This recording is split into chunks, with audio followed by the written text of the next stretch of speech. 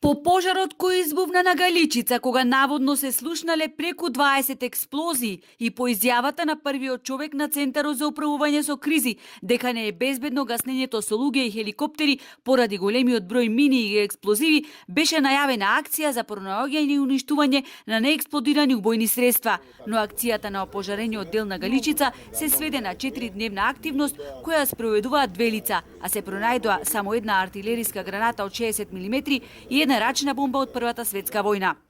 Ова активност не е за чистење на теренот, да речеме, на Галичица. Ова беше активност предвидена двајца, јас и еден колега. Излеговме да го преконтролираме оној терен кај што пожарот поминал, надевајќи се дека со поминувањето на пожарот, дека вегетацијата е сега изгорена, така да визуелно пребарувавме да видиме дали има некаков остаток.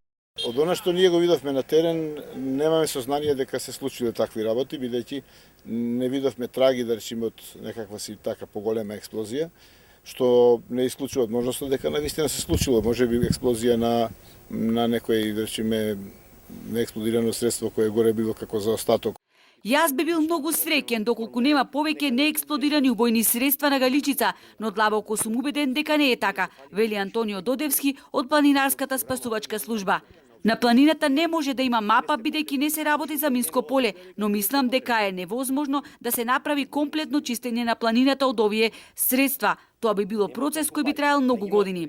За да се направи темелно пребарување на теренот, треба да се работи во строго дефинирани квадранти, поставени на топографска карта и секој квадрант детално да биде прегледан, што е многу долга работа. Самиот пристап до некои делови од планината кај што треба да се пребарува е по 4-5 часа пешачење, значи за да се стигне до местото. Понатаму мене не ми се познати техниките на отстранување, дали тие е возможно и дали е безбедно да се носат во ранец на грб, бидејќи дел од нив нема како поинаку. Или ќе треба да се носат на грб, или ќе треба со воздухоплов.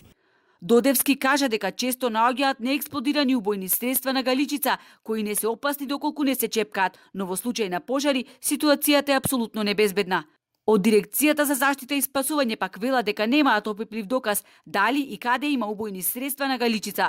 Ова го отвора прашањето дали навистина беше неопходно вклучување и на еден хеликоптер на воздухопловниот винг и дали неексплодираните убојни средства беа само изговор за неуспешното гаснење на пожарот кој со денови беснееше на Галичица се додека не заврна дожд.